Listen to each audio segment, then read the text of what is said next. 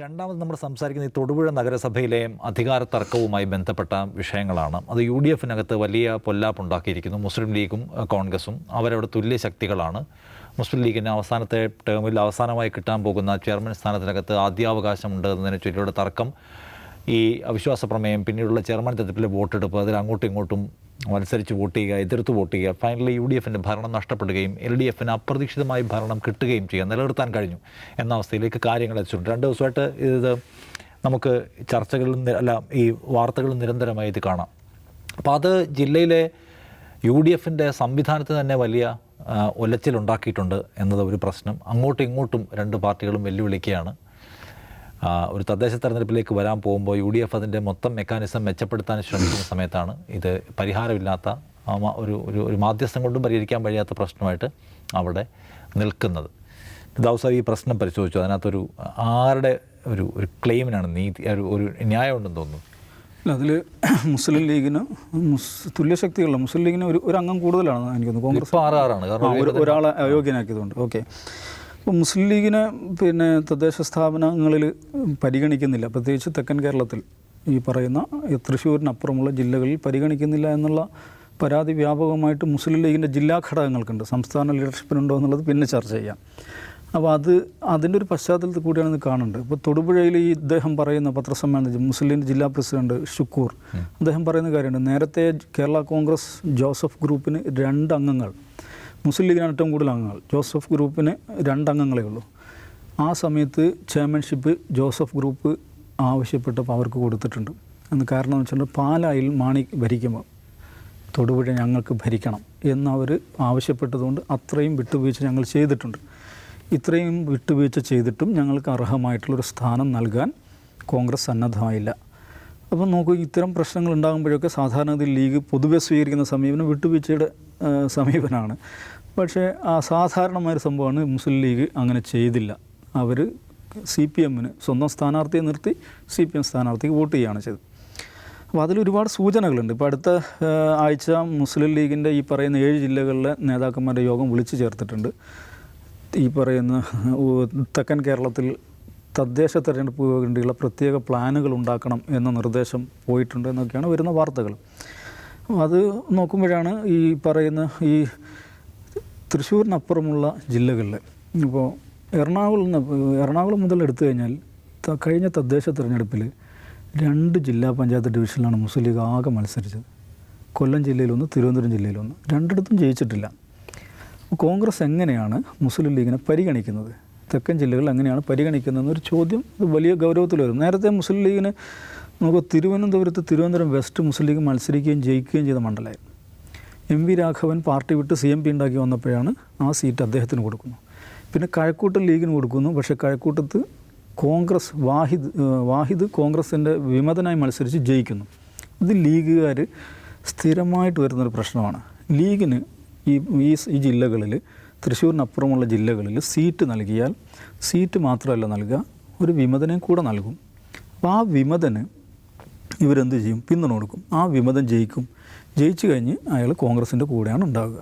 കൊല്ലം ജില്ലയിൽ 1/2 ഡസനോളം സ്ഥലങ്ങളിൽ കഴിഞ്ഞ പഞ്ചായത്ത് തിരഞ്ഞെടുപ്പിൽ വിമതരായി മത്സരിച്ചവർക്ക് പാർട്ടി ചിഹ്നം അനുവദിച്ചു കോൺഗ്രസ്. ഇങ്ങനെയുള്ള ഒരുപാട് പ്രശ്നങ്ങൾ അവിടെ ഉണ്ട്. അപ്പോൾ അതിൻ്റെ ഇടയിലാണ് നമ്മൾ ഈ തൊടുപുഴ ഇത് കാണേണ്ടത്. അപ്പോൾ ഇവരുടെ ഒരു പ്രശ്നം എന്ന് വെച്ചിട്ടുണ്ടെങ്കിൽ, ഈ പ്രശ്നങ്ങൾ സംസ്ഥാന നേതൃത്വത്തെ അറിയിക്കുമ്പോൾ സംസ്ഥാന നേതൃത്വം ഗൗരവത്തിലെടുക്കുന്നില്ല. അവർ മലപ്പുറത്തെ കാര്യത്തിൽ മാത്രമേ, അല്ല മലബാറിലെ കാര്യത്തിൽ മാത്രമേ അവർക്ക് താല്പര്യമുള്ളൂ എന്ന പ്രശ്നം കൂടെ ഈ പറയുന്ന തെക്കൻ ജില്ലയിലെ ലീഗ് നേതാക്കന്മാർക്കുണ്ട്. അപ്പോൾ ഈ നടപടി ഉണ്ടല്ലോ, തൊടുപുഴയിലെ ഈ നടപടി കോൺഗ്രസ്സിനുള്ളൊരു സന്ദേശം എന്നതിനേക്കാൾ കൂടുതൽ ഞാൻ മനസ്സിലാക്കുന്നത് മുസ്ലിം ലീഗിൻ്റെ സംസ്ഥാന നേതൃത്വത്തിനുള്ള സന്ദേശം കൂടെയാണ്.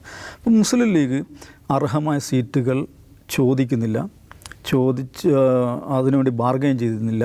ഇനിയിപ്പോൾ അവിടങ്ങളിലെല്ലാം കോൺഗ്രസ് വിമതരെ നിർത്തിയാൽ, വിമതർക്ക് പാർട്ടി ചിഹ്നം അനുവദിച്ചാൽ അത് UDFലൊരു വിഷയമായി ഉന്നയിക്കുന്നില്ല.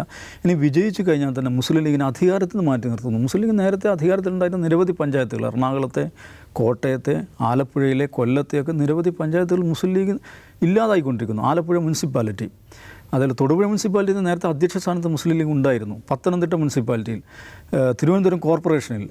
അങ്ങനെ മുസ്ലിം ലീഗ് പതുക്കെ പതുക്കെ മുസ്ലിം ലീഗ് ഇല്ലാതായി പോകുന്നു എന്നൊരു പ്രശ്നം കൂടെ അവർക്കുണ്ട്. അപ്പോൾ ഇതിനെ ലീഗ് നേതൃത്വം എങ്ങനെയാണ് കാണുന്നത് എന്നതിലും അവർക്ക് പരാതിയുണ്ട്. ഇപ്പോൾ ഉണ്ടായിട്ടുള്ള പുതിയൊരു പ്രശ്നം കൂടെ ഉണ്ട്. കഴിഞ്ഞ കുറച്ച് വർഷങ്ങളായിട്ട് മുസ്ലിം ലീഗ് ഇങ്ങനെ പിറകോട്ട് പോകുന്നതുകൊണ്ട് ആ ഗ്യാപ്പിലേക്ക് SDP കയറി വരുന്നു എന്നൊരു പ്രശ്നം കൂടെ ആ മുസ്ലിം ലീഗ് അനുഭവിക്കുന്നുണ്ട്. തിരുവനന്തപുരം ജില്ലയിൽ കൊല്ലത്ത് 10 തദ്ദേശ സ്ഥാപനങ്ങൾ SDP അംഗങ്ങളുണ്ട്. ആലപ്പുഴയിൽ 13 തദ്ദേശ സ്ഥാപനങ്ങൾ, പത്തനംതിട്ടയിൽ 6 തദ്ദേശ സ്ഥാപനങ്ങൾ. ഇങ്ങനെ പലയിടങ്ങളിലും മുസ്ലിം ലീഗിനേക്കാൾ ശക്തിയുള്ള പാർട്ടിയായി SDP മാറുന്നു. അപ്പോൾ ഒരു ഭാഗത്ത് കോൺഗ്രസിൻ്റെ അവഗണന, മറുഭാഗത്ത് SDP വളർച്ച, ഇത് രണ്ടും കൂടെ വന്നു കഴിഞ്ഞാൽ തെക്കൻ ജില്ലകളിൽ മുസ്ലിം ലീഗ് ഉണ്ടാവില്ല, നമ്മൾ ജോബ്ലെസ്സായി മാറും എന്ന് വിചാരിക്കുകയാണ് അവിടെയുള്ള ജില്ലാ ലീഗ് നേതൃത്വം. പക്ഷേ മുസ്ലിം ലീഗിനെ സംബന്ധിച്ചിടത്തോളം ഇതിനെ പൊളിറ്റിക്കലി ഇതിനെ ബാർഗെയിൻ ചെയ്ത് അസേർട്ട് ഇതിനെ മറികടക്കുകയും ചെയ്യുമെന്ന് വെച്ചാൽ അങ്ങനെ ചെയ്യില്ല. കാരണം മുസ്ലിം ലീഗിനെക്കുറിച്ച് പൊതുവേ ഉണ്ടാക്കിയിട്ടുള്ള ഒരു ഇമേജ് ഉണ്ടല്ലോ, അത് ഭയങ്കര കോംപ്രമൈസാണ്, പിന്നെ രാഷ്ട്രീയ മാന്യത കാണിക്കുന്നവരാണ്. അപ്പോൾ മലപ്പുറത്തെ ഭാഷയിൽ പറഞ്ഞാൽ മുസ്ലിം ലീഗിനെ ഇങ്ങനെ മൂച്ചിമ്മ കയറ്റി നിർത്തിക്കഴിഞ്ഞാൽ മുസ്ലിം ലീഗ് വിട്ടുവീഴ്ചകൾ ചെയ്യും എന്ന ധാരണയാണ്. അപ്പോൾ അത് നടക്കില്ല എന്നാണ് ഇടുക്കിയിലെ ജില്ലാ നേതൃത്വം ഇപ്പോൾ പറയുന്നത്. അത് മുസ്ലിം ലീഗ് സ്റ്റേറ്റ് ലീഡർഷിപ്പ് അതിനോട് എന്ത് സമീപനം സ്വീകരിക്കും എന്നതിനനുസരിച്ചിരിക്കും ഇനിയുള്ള. ജിംസ് എന്താ തോന്നുന്നത്? ഞാനിന്ന് അത് മറ്റേ CP മാത്യു DCC പ്രസിഡന്റ് വാർത്താ സമ്മേളനം കേൾക്കുകയാണ്. അപ്പോൾ അത് ഭയങ്കര ഫ്യൂരിയസ് ആയിട്ടാണ് അദ്ദേഹത്തിൻ്റെ വാർത്താ സമ്മേളനം. അദ്ദേഹം പറയുന്നതിൽ അദ്ദേഹത്തിന് ന്യായമുണ്ട്. എന്ന് വെച്ചാൽ ലീഗിനും കോൺഗ്രസിനും ഏതാണ്ട് തുല്യം സീറ്റുകളാണുള്ളത്. അപ്പോൾ ചെയർമാൻ സ്ഥാനത്തെക്കുറിച്ചുള്ള ചർച്ച വരുമ്പോൾ അത് ആദ്യം ഞങ്ങളുടെ ഔദാര്യമാണത്. ലീഗിന് ആദ്യത്തെ ടേമിൽ 2 വർഷം അവർ കൊടുക്കാൻ തീരുമാനിച്ചു. അപ്പോൾ ലീഗ് എന്ത് ചെയ്യുന്നു? ലീഗ് ആ ഔദാര്യം ജോസഫ് ഗ്രൂപ്പിനോട് കാണിക്കുന്നു. ജോസഫ് ഗ്രൂപ്പിന് വേണമെന്ന് പറഞ്ഞപ്പോൾ ലീഗ് അത് വിട്ടുവീഴ്ച ചെയ്തു. അപ്പോൾ സെക്കൻഡ് ടൈമിലേക്ക് മതി ഞങ്ങൾക്ക് എന്ന് അവർ തീരുമാനിച്ചു. പക്ഷേ അപ്രതീക്ഷിതമായ കാരണങ്ങളാൽ എന്ത് ചെയ്യുന്നു? ഒരു എന്താണ് അയാളുടെ പേര്, ചെയർമാൻ കൈക്കൂലി കേസിൽ പുറത്തായ ഒരാളുണ്ട്. അയാൾ കൂറുമാറി LDFിൽ ചേരുന്നു, ഭരണം പോകുന്നു. അപ്പോൾ ഭരണം പോയി ഇനി ആകെ ഉള്ളത് 16 മാസമാണ്. അപ്പോൾ ഈ 16 മാസത്തിൽ ആദ്യത്തെ ടേം ഞങ്ങൾക്ക് വേണമെന്ന് ലീഗ് വീണ്ടും പറയുകയാണ്. ലീഗ് ഒരു വട്ടം ഇത് ശരിക്കും ഞാൻ പറഞ്ഞാൽ ഒരു മുന്നണിയിൽ ഉണ്ടാക്കാവുന്ന ദൗർഭാഗ്യകരമായ ഒരു അവസ്ഥയാണ്. അല്ല, ലീഗ് ആദ്യം ജോസഫ് ഗ്രൂപ്പിന് വിട്ടുവീഴ്ച ചെയ്തു. ജോസഫ് ഗ്രൂപ്പിന് ടൈം കഴിഞ്ഞപ്പോൾ കോൺഗ്രസിൽ നിന്നാണ് ഒരാൾ കൂറുമാറി LDFിൽ പോയി അവിടെ ചെയർമാനായത്. അപ്പോൾ അത് ആരുടെ കുറ്റമാണ്? അത് ലീഗിൻ്റെ കുറ്റമല്ലോ, കോൺഗ്രസിൻ്റെ കുറ്റമാണ്. അത് സ്വന്തം ആളെ നിർത്താൻ കഴിഞ്ഞില്ല.